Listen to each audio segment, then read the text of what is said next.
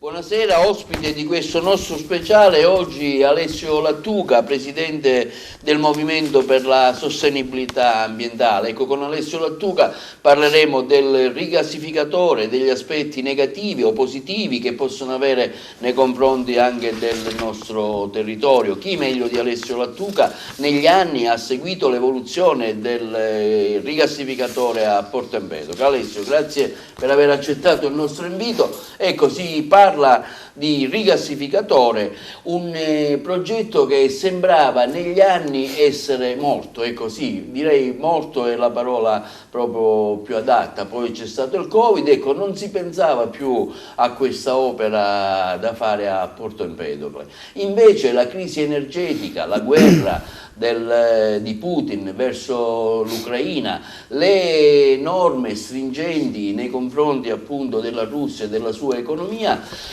Ricordiamo che Putin ha in mano il gas e lo distribuisce a tantissime nazioni del mondo, tra cui l'Italia, l'Europa. Ecco, le sanzioni contro la Russia hanno portato a una eventuale riduzione, o perlomeno si cerca di ridurre l'uso del gas. E per cui in questi giorni si ritorna a parlare del rigassificatore a Porto Empedocle. Il ministro Giovannini ha ipotizzato questa ipotesi, ma tante, diciamo, anche forze di governo, per cui abbiamo deciso di invitare Alessio Lattuca, che storicamente da sempre ha seguito tutta l'evoluzione del costituendo rigassificatore a Porto Empedocle, per fare un po' il punto della situazione. Prego. Buonasera, intanto grazie. Il punto della situazione è un po' complicato perché si tratta di circa 20 anni di lotta. Vogliamo datare questa iniziativa, chiamiamola questa negativa iniziativa. 2002 comincia la procedura per il rigassificatore a Porto Empedocle. Perché a Porto Empedocle? Perché probabilmente a Porto Empedocle c'erano dei soggetti disponibili ad accogliere questo tipo di struttura. Quando parlo di soggetti disponibili mi riferisco certamente non alla popolazione che da sempre è, come dire, ha sempre cercato di contrastare questo disgraziato, terribile mostro.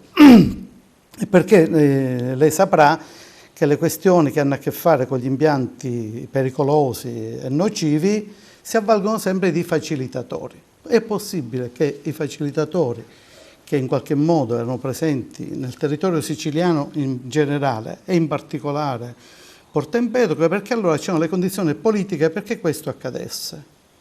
Come nasce? La regione siciliana nomina un commissario a Porto Empedocle, tale Matina, il quale, insediatosi, piuttosto che seguire le procedure previste per legge, quando lei parla di stringenti norme, sono quelle le norme stringenti. La direttiva Seveso prevede che il capo della conferenza di servizi che bisogna attivare informi, consulti la popolazione, non informi, consulti la popolazione. Significa che deve indire una consultazione in tempi previsti prima che il progetto venga presentato e le popolazioni, così come la legge prevede, recepita dall'Italia, la legge 152, prevede che la consultazione possa esprimere la loro disponibilità o indisponibilità ad accogliere un mostro di questo tipo. Premessa un'altra questione, il Matina avrebbe dovuto accertarsi che c'era stata fatta la VAS, cioè la valutazione ambientale, e non la valutazione di impatto ambientale, perché dove insistono altre strutture industriali e dove c'è la popolazione residente non è possibile fare la VIA. La VIA la si fa quando quell'impianto viene collocato distante dai luoghi antropizzati, dice la legge. Punto primo, quindi nessuna consultazione, nessuna valutazione seria.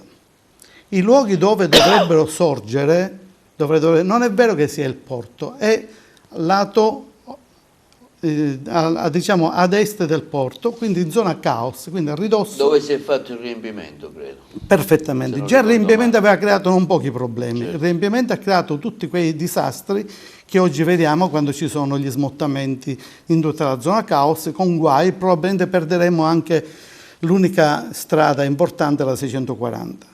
Perché prima o poi, purtroppo, io spero di no, ma potrebbe anche accadere. Perché l'erosione costiera... L'erosione costiera è stata determinata da una malintesa idea di sviluppo che ha previsto un riempimento in una zona delicatissima come quella, che non era neanche necessario. L'ecosistema, chiaramente. No, tant'è che è rimasta abbandonata al suo triste destino senza aver svolto nessuna funzione. Probabilmente ha svolto altre funzioni. Allora, diciamo che...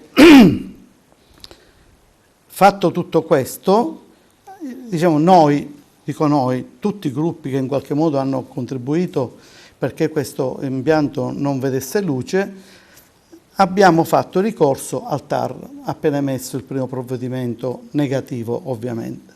Il TAR ci ha dato ragione, ma non solo ci ha dato ragione. Il presidente del TAR, solitamente il TAR quando dice deve annullare un provvedimento dice sì o no e basta. In questo caso ha fatto una relazione in cui descriveva la follia di questo impianto. Io invito i cittadini di questo territorio a leggere quella risoluzione del TAR. Il TAR è andato oltre il suo. Abbiamo perduto, però mentre abbiamo vinto al TAR, poi abbiamo perduto al Consiglio di Stato, perché loro si sono rivolti al Consiglio di Stato, per dire una chicca, il Consiglio di Stato... O meglio, il comunicato stampa, diciamo, rispetto alle deliberazioni successive del Consiglio, è uscito 2 ore prima della deliberazione del Consiglio di Stato. Quindi questi signori, che io chiamo i soliti noti, già sapevano come sarebbe andato. Già il pupo era fatto, perfetto. Per dirla... Allora, nonostante questo, loro avevano commesso degli errori, perché noi dobbiamo sempre diffidare di chi... degli impuniti, di quelli che pensano di avere sempre ragione, talvolta hanno anche torto. Abbiamo rilevato che avevano commesso un errore strategico, cioè non avevano considerato nell'ambito dell'impianto anche il collegamento, il metanodotto che doveva portare il gas dall'area ASI, ora sull'area ASI vorrei dire anche qualche cosa, dall'area ASI alla rete nazionale SNAM. Premetto che questo metanodotto è un altro mostro di 2 metri di diametro che attraversa il territorio non solo di Agrigento, Raffadale, Ioppolo, Giangaxio e Porto Empedocle per circa 14 km, almeno qualche metro. Per 8,9 km attraversa la Valle dei Templi, cioè anche Colimbetra. Immaginate l'area archeologica che non può essere attraversata da nessuna. Allora, la legge dice che non ci può essere alcuno scavo se non per questioni legate a scavi archeologici. Ebbene, la regione siciliana, che è composta da soggetti svegli, ha dato l'autorizzazione, o meglio, non l'autorizzazione, ha emesso un provvedimento, l'assessorato all'energia, il numero 400, con cui ha classificato questo metanodotto opera di interesse pubblico. Questo avveniva intorno... Premetto un'altra cosa, ha dato il nulla osta anche la soprintendenza nel 2010, perché se no l'assessorato regionale non poteva emettere il provvedimento. Mi spiego? Allora, chiarissimo, fin bene, questo provvedimento 400, arrivato per caso, qualcuno aveva tentato di farlo passare, era l'articolo 8 al Consiglio Comunale dell'anno a cui ci riferiamo, non si erano neanche accorti, avevano fatto una semplice pubblicazione all'albo e avevano messo all'ordine del giorno del Consiglio il parere. Allora, per farla breve, ci siamo battuti, il Consiglio Comunale di Agrigento all'unanimità ha bocciato questo provvedimento. Quindi diciamo loro, però siccome era un parere obbligatorio ma non esaustivo, cioè loro hanno comunque preso il provvedimento e se ne sono fregati altamente di quello che pensava il Consiglio Comunale di Agrigento. Ora non ricordo se anche il Consiglio o di Raffadala o di Joppolo ha votato pure contro, altri no, Porta Empedocle ovviamente a favore, perché era sindaco Firetto. Firetto è il signore che in qualche modo ha agevolato questi processi. Poi anche su questo punteremo là.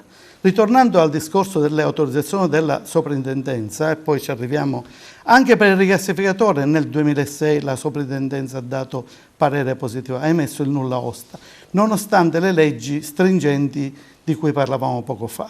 È stata una vergogna per la soprintendenza, secondo me. Io l'ho scritto più volte, anche in ultimo a Caterina Greco, ho chiesto a Caterina Greco di ritirare in autotutela questo provvedimento, non l'ha fatto perché a suo dire già erano scadute le autorizzazioni. Io le ho detto, guardi, se sono scadute meglio, però lei poteva passare alla storia come soprintendente che ha protetto la Valle dei Templi, come prevede la sua missione, che è conservazione e valorizzazione, conservazione, tutela e valorizzazione del patrimonio immenso di cui disponiamo e di cui non sappiamo fare uso adeguato. Tant'è che vogliamo fare un rigassificatore, è una vergogna anche per i viaggiatori che sono venuti a parlare, diciamo, in un certo modo della valle. Abbiamo da Goethe ad altri viaggiatori che hanno descritto la bellezza di questi siti di cui noi abbiamo ereditato il valore ma che non sappiamo valorizzare ulteriormente. Voglio fare una premessa sulla questione del rigassificatore, c'è chi mi ha riso dietro, insomma, parliamoci da anni, tutti mi dicevano sì ma tanto lo faranno, ma voi chi siete? Noi chi siamo? Siamo quelli che dal 2002 abbiamo impedito che si realizzasse il rigassificatore nella Valle dei Templi, nel bene o nel male, poi non lo so, saranno i posteri a giudicare.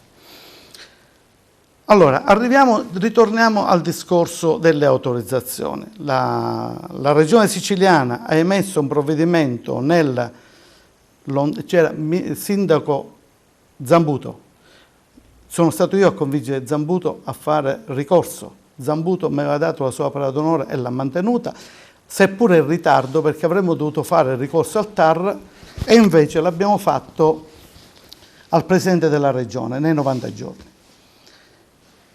La risposta, l'esito di questo ricorso arriva nel 2019, sindaco Firetto.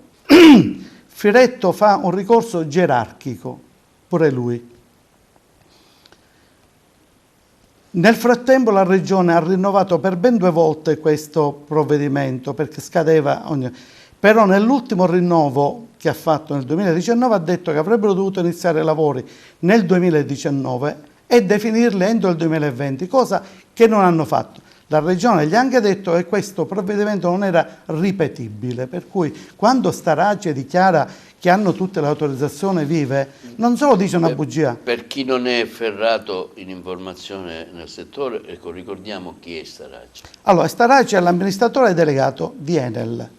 Diciamo qualche mese fa, un mese, ha dichiarato in una convention, in una riunione fatta non mi ricordo dove, che il rigassificatore è stato in naftalina. Io gli ricorderei che in naftalina si mettono gli abiti e le questioni, quindi anche il termine. Non è stato in naftalina, è stato bloccato dai ricorsi, ancora oggi lo è, ci sono 3 ricorsi ancora pendenti, quindi dovrebbe dire la verità anche ai suoi capi con cui si relaziona quotidianamente, dovrebbe dire come stanno esattamente le cose. Il rigassificatore non si è fatto perché è stato bloccato dalla carta bollata. Non è stata una scelta, è mai stato bloccato anche dal sequestro dei cantieri, perché i cantieri sono stati sequestrati dalla DIA per questioni in odore di mafia. Delle vicende mafiose. Perfettamente. La DIA ha fatto indagini per 5-6 anni, è notizia dei giornali, per cui la prendo dai giornali, qualche mese fa ha restituito il fascicolo alla Procura di Agrigento, dicendo che ritenendo che le indagini non hanno prodotto quell'aggravante mafiosa a cui miravano, quindi l'hanno restituita soltanto per attività di malversazione e altri reati che ora non...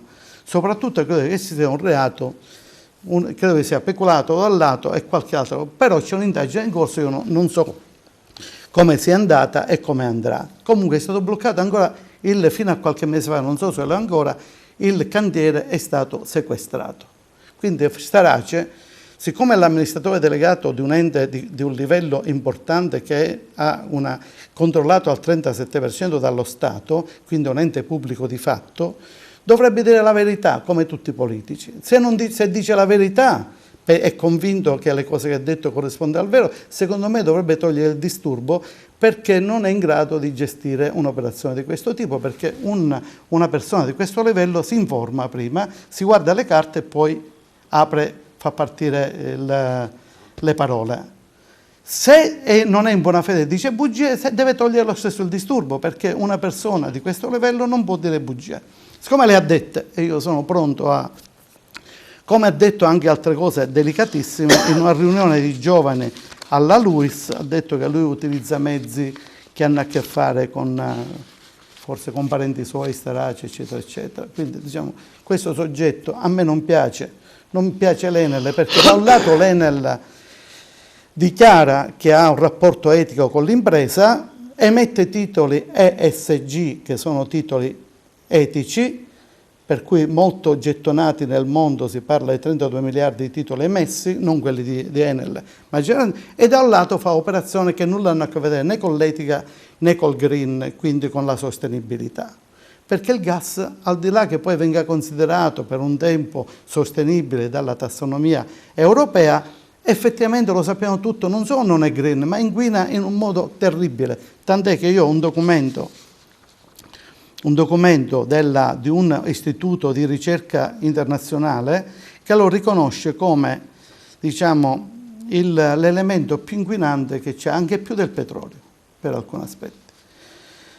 Per cui, anche se tutte queste cose fossero vere, quelle che dice, io chiederei a Starace per quale ragione le compensazioni le ha versate prima a Porto Empedocle, perché le compensazioni, diciamo, è sinonimo compensazione di risarcimento. Se piglia un vocabolario, anche quello delle... E che vede, sinonimo di compensazione e il risarcimento cos'è? Sono state parecchie. Perfetto, il risarcimento è una, diciamo, remunerazione del danno. Quindi io prima ti faccio un danno, allora che so, ti do un pugno nell'occhio, e perché ti ho dato sto pugno ti do 50.000 euro, perché ti ho fatto un danno. L'Enel ha detto questo. Tra le compensazioni c'erano dei soldi, tanti soldi che dovevano arrivare al comune di Porto Empedocle. Questo denaro l'hanno dato prima. Sì, qual è la ragione per cui una persona che deve fare ancora un incidente paga il danno alla macchina con cui ha avuto l'incidente? E io comincio a interrogarmi sulle ragioni di una cosa di questo tipo. Forse per usare una moral suasion, forse per convincere la popolazione che loro sono bravi, buoni, intelligenti, eccetera, eccetera. Poi dico un'altra cosa, loro hanno fatto, tra le compensazioni, era prevista la trasformazione dell'impianto Enel di Porto Empedocle da gasolio a gas, perché noi sappiamo perfettamente che questa centrale inquina da 30 anni, 40 anni, nel silenzio assordato delle popolazioni riserenti, probabilmente anche dei sistemi ambientalistici, mettiamo così, di quelli che hanno il dovere di controllo, quindi ASL, ARPA, eccetera. Noi da anni chiedevamo all'Enel, prima che del rigassificatore, di trasformare la centrale da gasolio a gas. L'hanno trasformato prima, era una delle compensazioni, e l'hanno fatta pure prima. Perché hanno fatto questa cosa? E perché hanno la coda di paglia, perché sanno perfettamente che questo impianto non poteva e non doveva nascere in quel posto, lo potevano fare dovunque. Arriviamo ad oggi. Starace dice che questo progetto è stato affidatario e non è vero. Dice che le autorizzazioni sono vive, non è vero. La Confimpresa, l'associazione di cui sono presidente, sì, il 3 di marzo ha fatto un'istanza di accesso agli atti alla soprintendenza alle antichità, ai beni culturali, all'architetto Benfari, a cui io prima avevo mandato una sequela di lettere.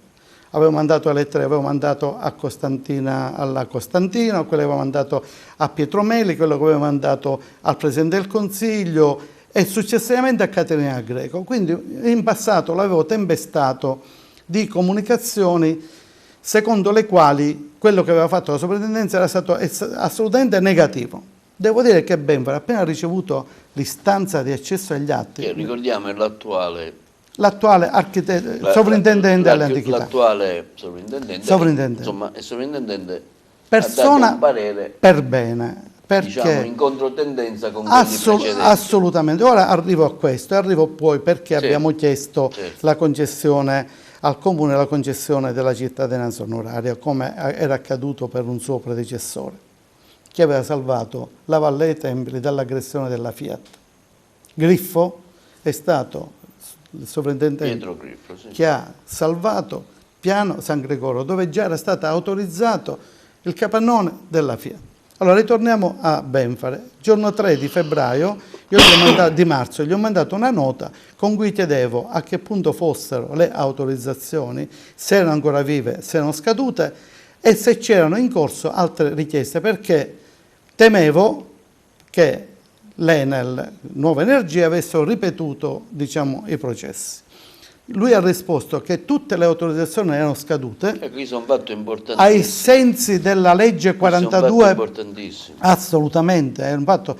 Io non stavo nella pelle quando ho ricevuto questa nota, che è stata tempestiva, a distanza di 7-8 giorni è arrivata la risposta, cui ho detto le autorizzazioni sono tutte scadute, sia quelle del 2006 sia quelle del 2010. Non ci sono processi in corso di rinnovo. Sempre su iniziativa del movimento, altri hanno poi insistito e lui ha fatto una lettera all'UNESCO in cui non solo ha ripetuto le cose che aveva detto a noi, ma è andato oltre, ha detto che non riteneva giusto che si facesse, le leggi non consentono un nulla osta, quindi per il futuro, diciamo, atteso che lasciano lui e non lo promuovano perché vada via, per usare un termine latino, promovetur ut amovetur, probabilmente la speranza che resti lì a presidiare non so per quanto, perché poi va in pensione. Sulla scorta di questa, diciamo, comunicazione molto positiva, che poteva anche non fare, perché si poteva limitare a fare una risposta tecnica e fermarsi lì. Lui è andato oltre.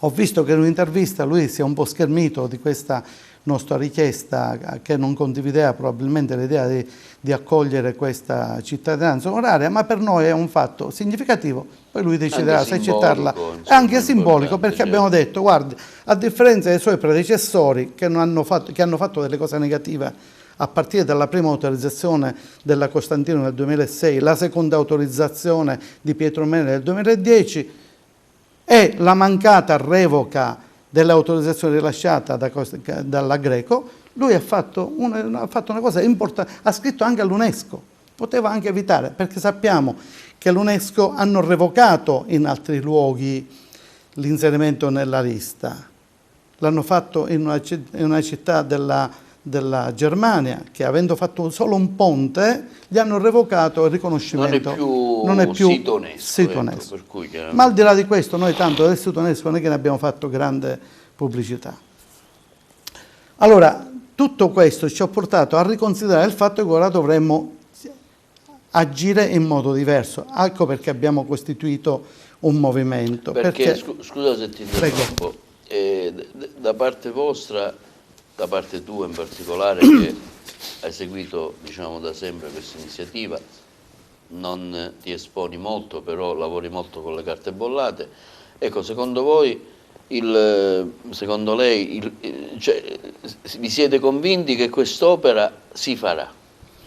Allora, cioè, in che percentuale? Ecco. Allora, ora ci arriviamo a questo. Intanto perché è nato il movimento? Intanto dentro il movimento ci sono tutti i soggetti, associazioni e persone che hanno partecipato nel tempo. Faccio l'esempio Gaetano Gazziano, che oggi avrei voluto fosse qui, ma spero che sia qui in un altro incontro che faremo a breve, con l'associazione Salviamo la Valle dei Templi.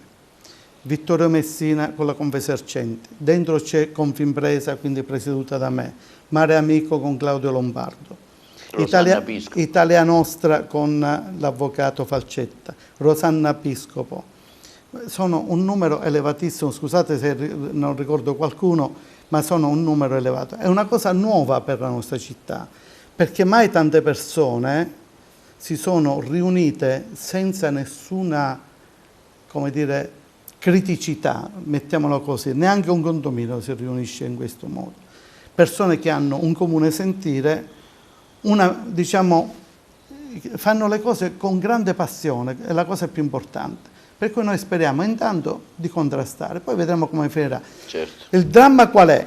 Che il presidente Draghi, che ha dichiarato prima a Roma e poi a Glasgow con COP26 tutte le questioni che hanno a che fare con il riscaldamento climatico, con la transizione energetica. Oggi abbiamo in Italia un ministro della transizione che con grande enfasi parla di transizione, di energie, di sostenibilità, di energie alternative, di tutte le questioni che sentiamo ogni giorno. Economia green. Economia green che non è frutto e diciamo idea dell'Italia, ma è bene che i cittadini sappiano, quando sentono parlare questi signori, parlano così perché abbiamo avuto il PNRR, è figlio di Next Generation EU, che è una misura destinata al futuro, ma era anche precedente, perché quando si crea il nuovo governo europeo con la von der Leyen, il primo atto che ha creato il New Green Deal, cioè è un nuovo modo di vedere l'Europa. Parte tutto da lì.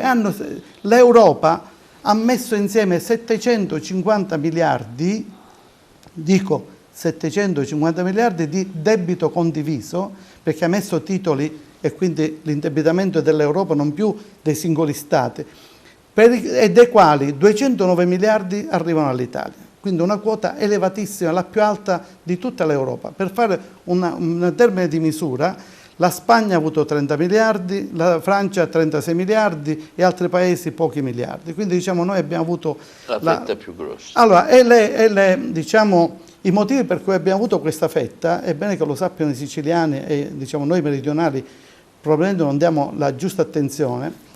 Gli indicatori per cui abbiamo avuto questa misura così alta sono 3. Disoccupazione, perdita di PIL e differenza di genere. Allora, per tutte queste considerazioni, la media tra il nord e il sud salita, ha fatto alzare certo, talmente la media per cui abbiamo avuto, non è una bella cosa, perché abbiamo detto all'Europa cioè che il noi massimo dei dati negativi hanno fatto saltare perché siamo un paese a ritardo il di sviluppo. coefficiente. Allora, voglio dire adesso qua, 11 punti di perdita dal 2008 nel mezzogiorno d'Italia, mai recuperati, che ci hanno fatto la media alta. 50% di disoccupazione giovanile e femminile, il minor numero di donne occupate in Europa. Per fare un esempio, nel 2000 all'incontro di Lisbona avevano deciso che nel 2020 le donne occupate dovevano essere il 67% come in altre parti dell'Europa più evoluta. Non siamo nemmeno al 20% al sud. Per cui, qual era l'obiettivo dell'Europa con queste misure? Quelle di aiutare la parte a ritardo del paese a recuperare quote di sottosviluppo. Perfetto. Non dimentichiamo che siamo ancora obiettivo 1 per i fondi europei.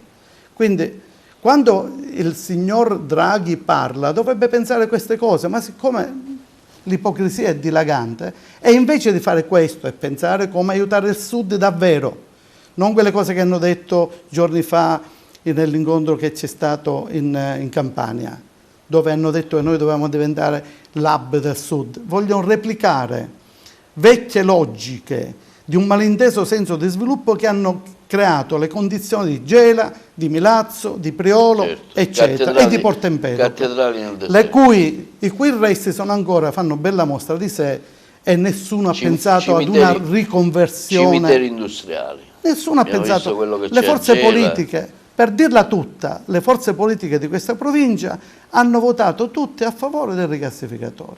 In Commissione Ambiente c'è stata una richiesta di un gruppo del 5 Stelle per rivedere questo.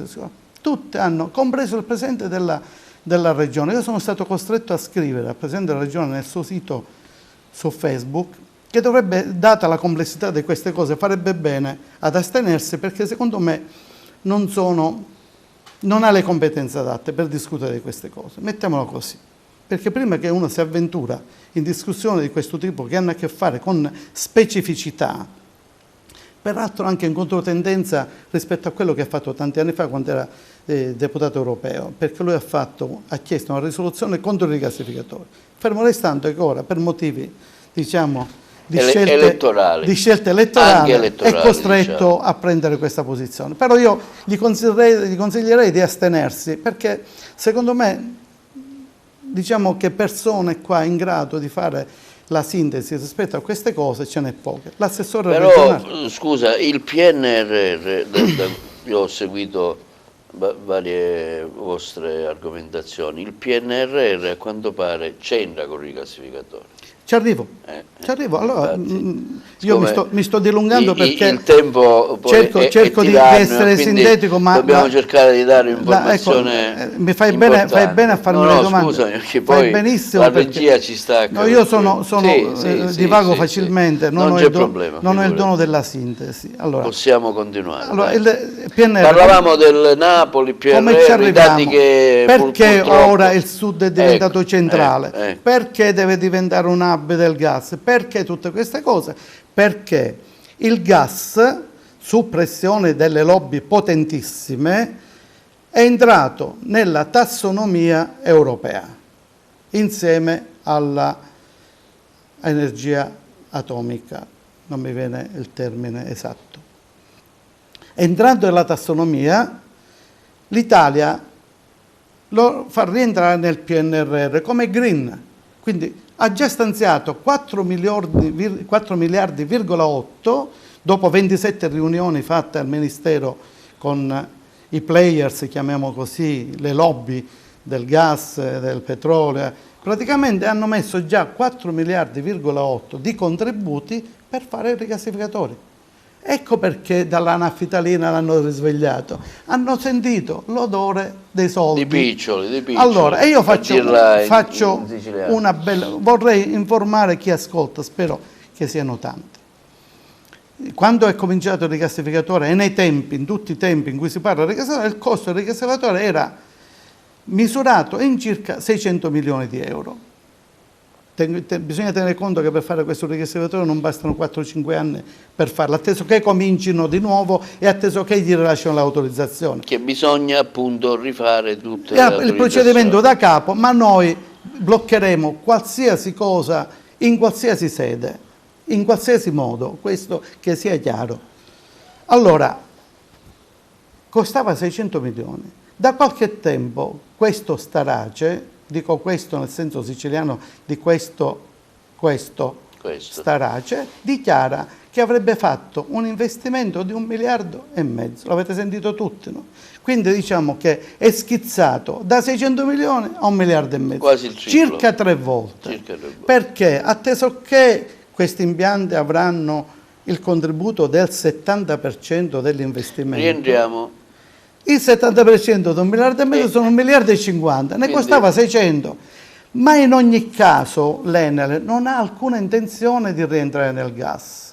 Quindi questa è l'ana caprina, è la foglia di fico, il pretesto della guerra e dell'energia, dell'emergenza energetica, fa svegliare, come in tutte le guerre, appetiti. Gli spiriti animali, come li chiamava Keynes. Si svegliano tutti. Gli spiriti sono capaci di quotare le stelle in borsa purché abbiano un profitto. Questo è il tema.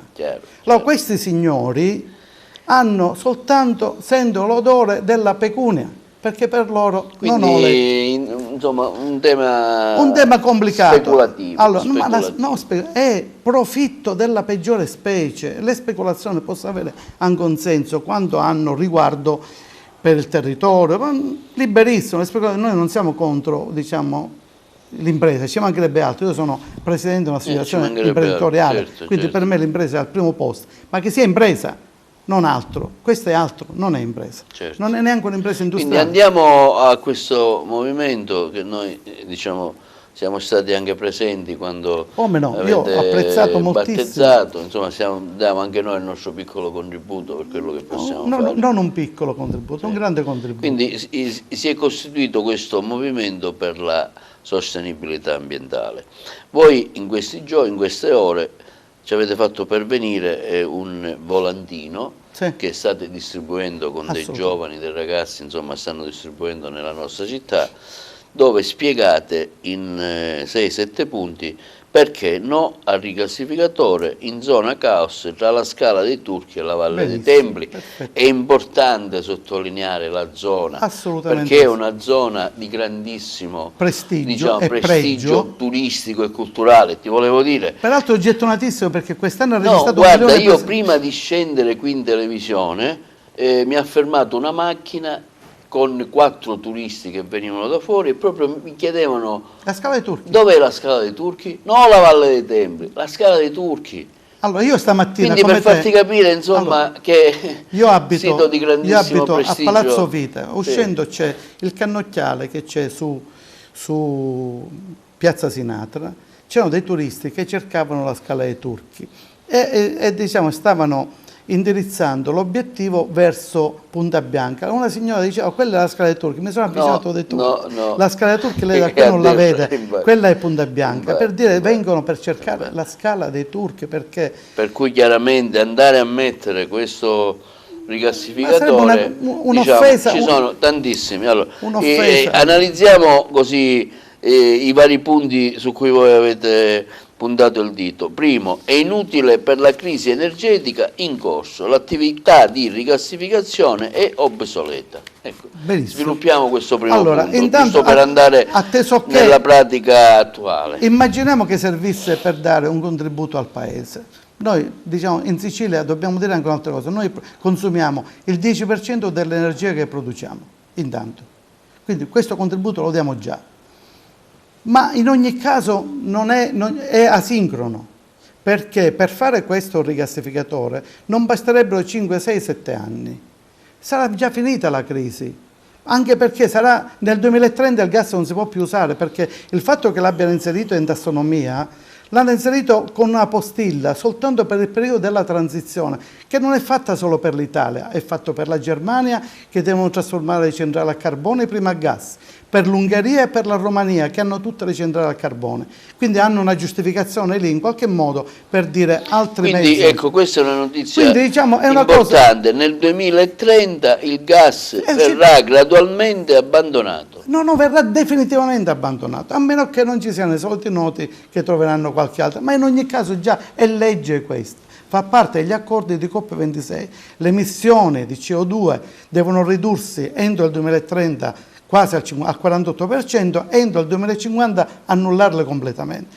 Quindi non si può dire, se no è un atteggiamento strabico. Un governo non può dire ai suoi cittadini prima una cosa e l'indomani. Il DL che è uscito da parte emanato adesso dal governo prevede che devono nominare dei commissari per snellire la procedura, vogliono eliminare i paletti.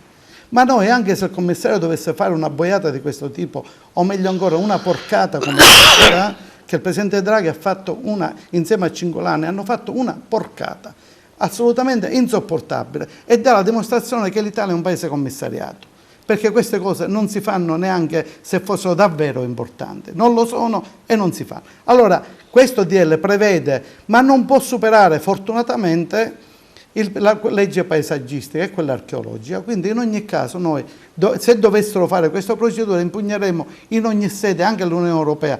D'altro canto noi con l'Unione Europea abbiamo un buon rapporto, gli abbiamo fatto annullare 12 miliardi di contributi, cioè noi, agrigenti piccoli, no, piccoli soggetti, piccoli semplici cittadini, senza nessuna possibilità, senza nessun potere, abbiamo scritto alla Commissione Europea 12 anni fa, la Commissione Europea ha preso atto della nostra richiesta, noi abbiamo detto che secondo noi erano contributi di Stato e li hanno bloccati, avevano fatto prima i rigassificatori per questo, avevano i contributi voto pieno sia che vendessero, sia che non vendessero il gas, avevano 12 miliardi di contributi. Poi per questo l'hanno messo in naftalina, perché non avevano più soldi. Allora, altro punto, è dannoso per l'ambiente?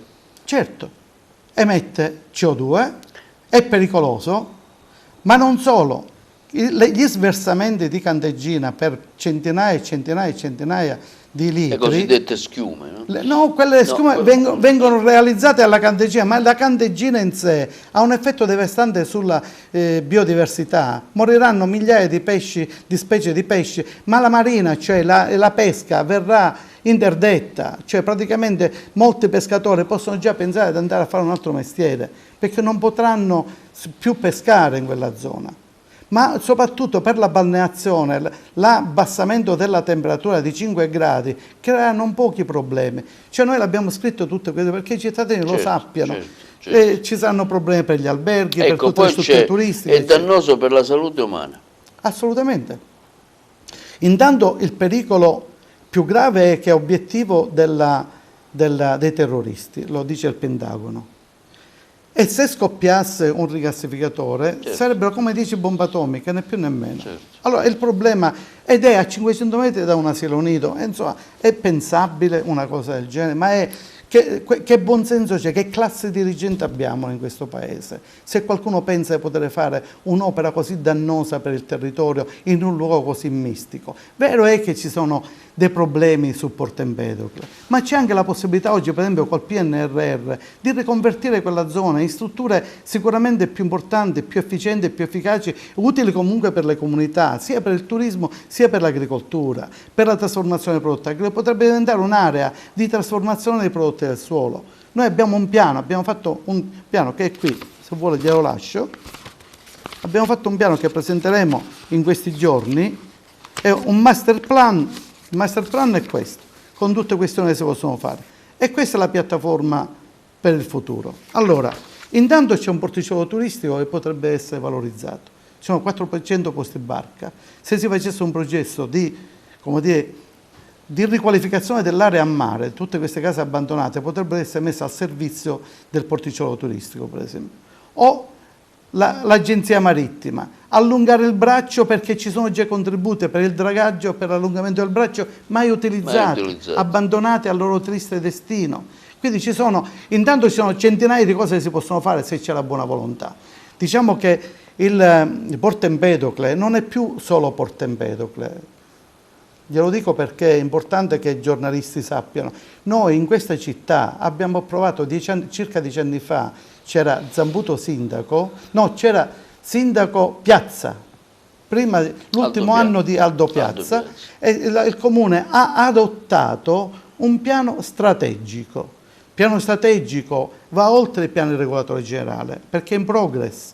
E abbiamo scelto, io ero tra questi, diciamo, il partenariato, si è scelta una linea ben precisa per il territorio, ma non è solo di Agrigento, è di area vasta, quindi rientra in questo progetto Porto Empedocle, Favara, Aragona, Grotte, Comitini e Raffadali. Sono tutte area vasta, quindi queste politiche hanno una ricaduta su tutto questo territorio che è circa da 150 a 200.000 abitanti. La scelta è valorizzazione dei beni culturali, valorizzazione dell'agricoltura di qualità, valorizzazione del turismo e dell'accoglienza.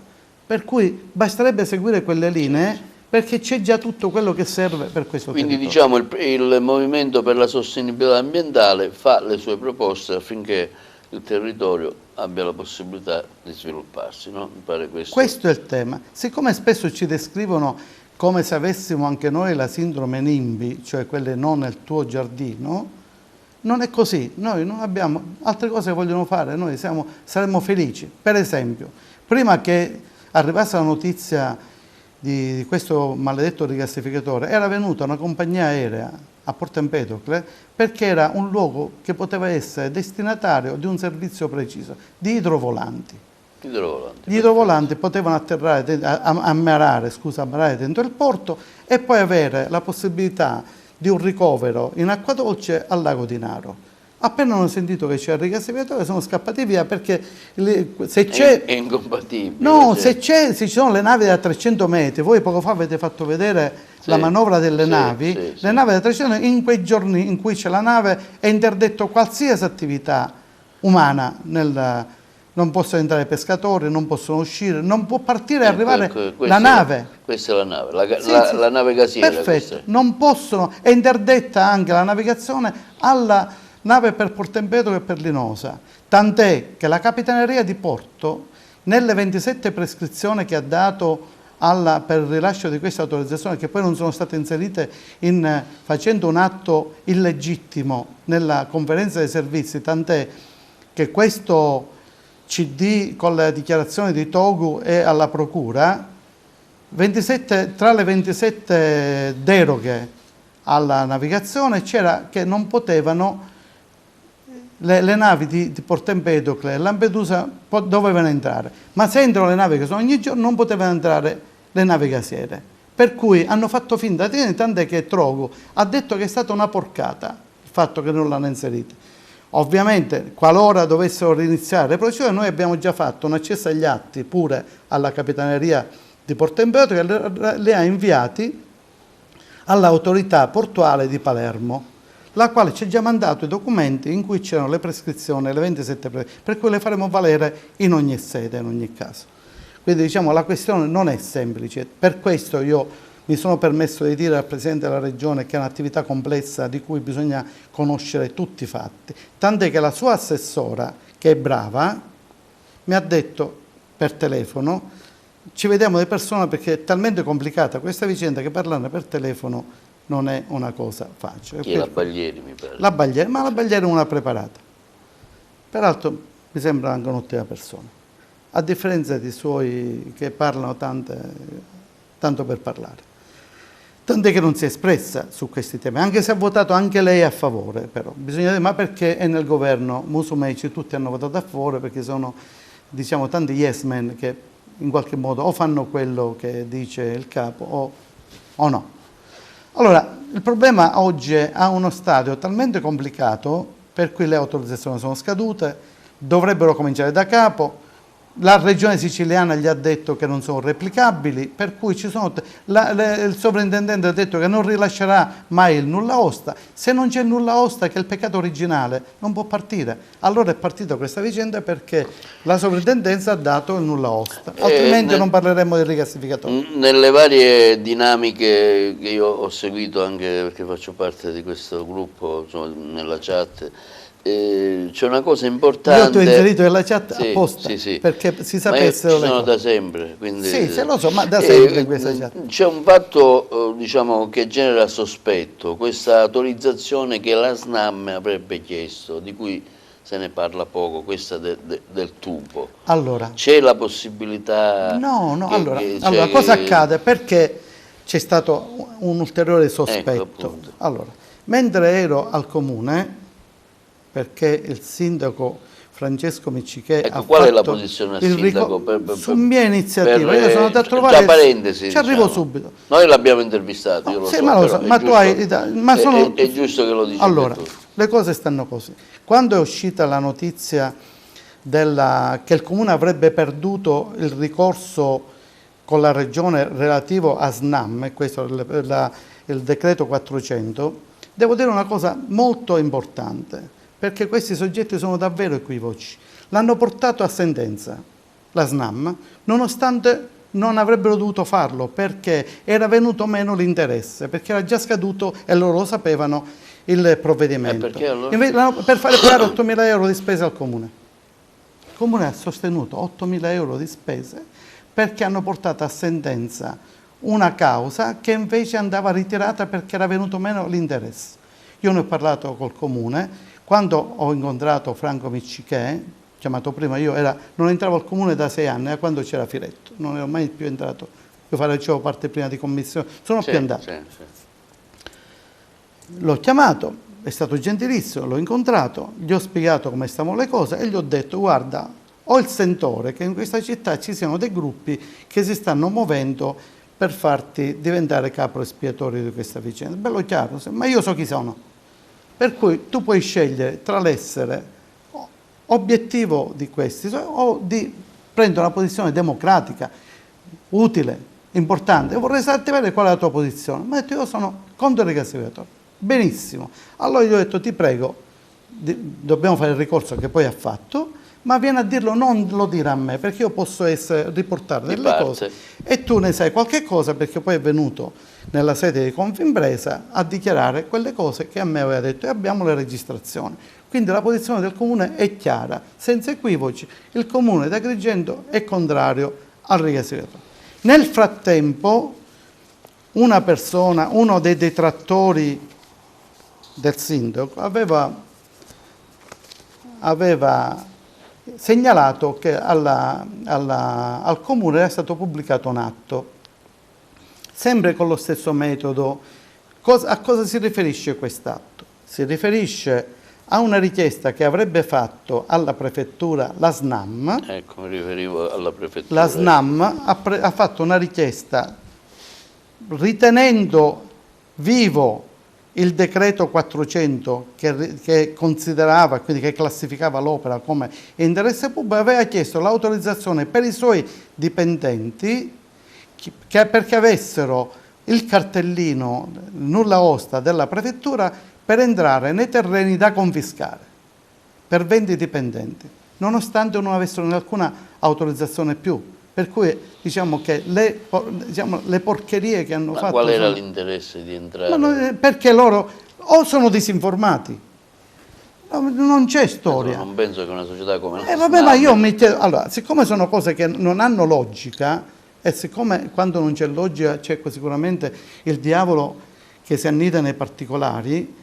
in questo caso probabilmente o non hanno effettiva competenza o l'hanno fatto proditoriamente. Io non lo so. Fatto sta che ho chiesto al Comune, che credo che l'abbiano già fatto e se non l'hanno fatto lo faranno, di impugnare quest'atto, sostenendo con la prefettura che non hanno più titolo di chiedere questa autorizzazione perché è venuto meno l'autorizzazione regionale che è scaduta e non è rinnovabile, che gli hanno rinnovato 2 volte e gli hanno detto, io ho il decreto in mano e tra queste carte la regione ha detto che non solo non è ripetibile perché si può rinnovare, devono cominciare la procedura a meno che non abbiano intenzione di ripetere la procedura, di richiederlo ulteriormente, ma devono partire ex novo. E quindi la richiesta alla prefettura la dovranno fare quando avranno eventualmente questa autorizzazione, atteso che ce l'abbiano, ma io non credo che l'avranno più, perché in ogni caso, ove l'avessero, mettiamo remoto, certo, la impugneremo lo stesso come abbiamo fatto in passato. Quindi diciamo è una situazione che non finisce mai, è durata 20 anni.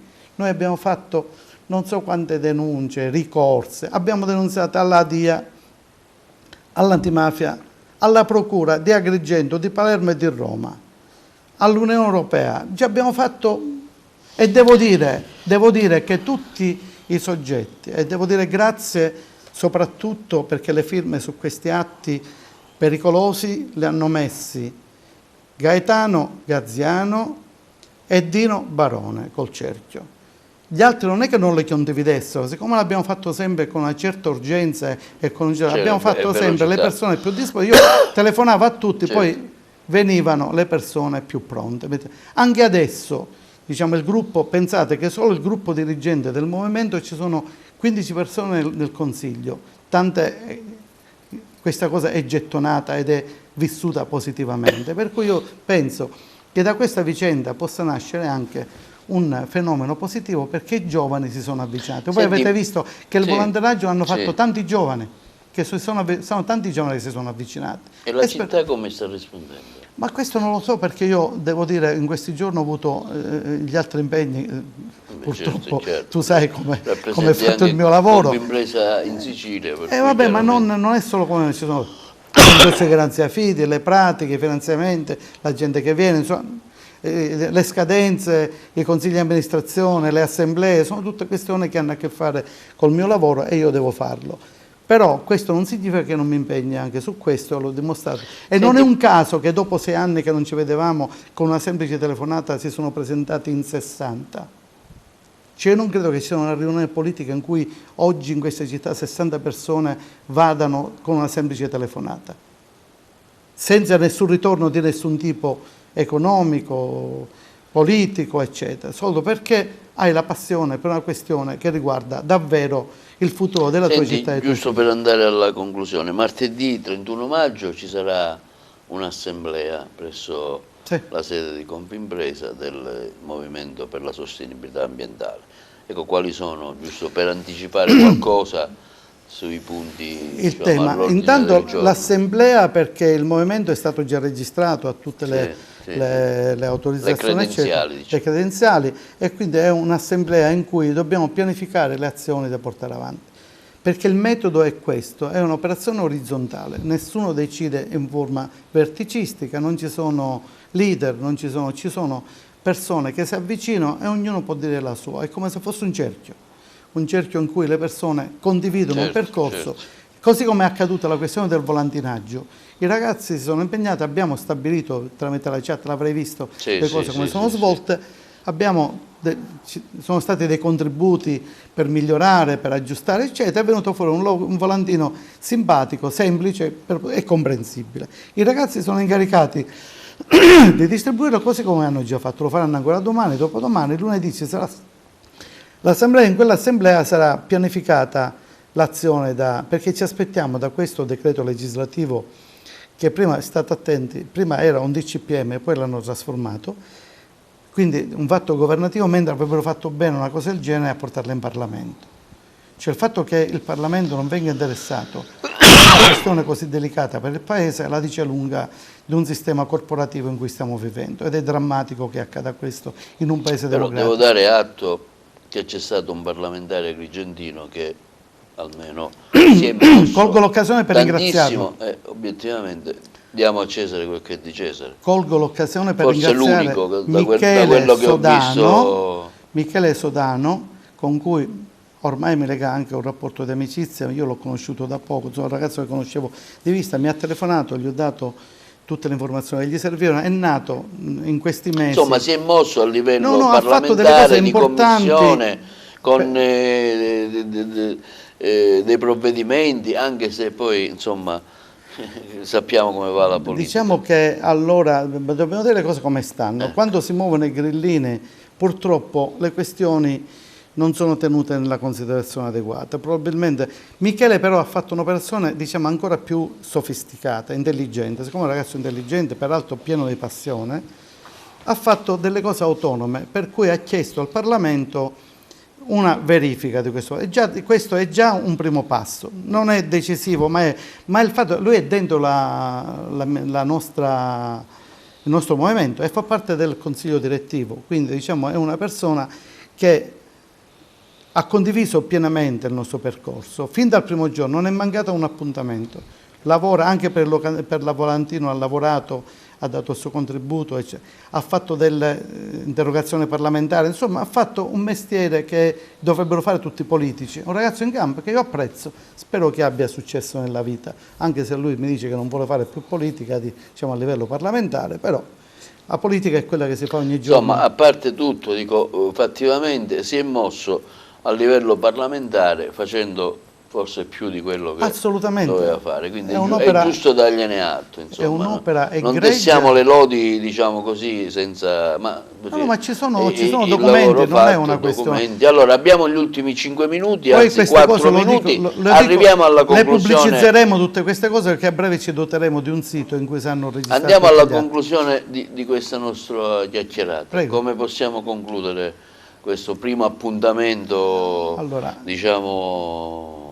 La cosa che mi sento di dire, al di là di tutte le considerazioni che abbiamo fatto, che sono di ordine, diciamo, ormai pratico, perché sono storie che abbiamo vissuto in questi anni, io dico che nonostante le delusioni, nonostante la fatica, nonostante l'impegno, tu come vedi io non ho fatto mai interviste, mi hanno tirato per la giacca per candidature, come anche nell'ultima elezione del 2015, ma io non mi sono mai prestato, non ho mai voluto strumentalizzare, e diciamo la mia riconoscimento di questo è il fatto che io con una semplice telefonata le persone con cui abbiamo sempre collaborato sono presentati senza se e senza ma.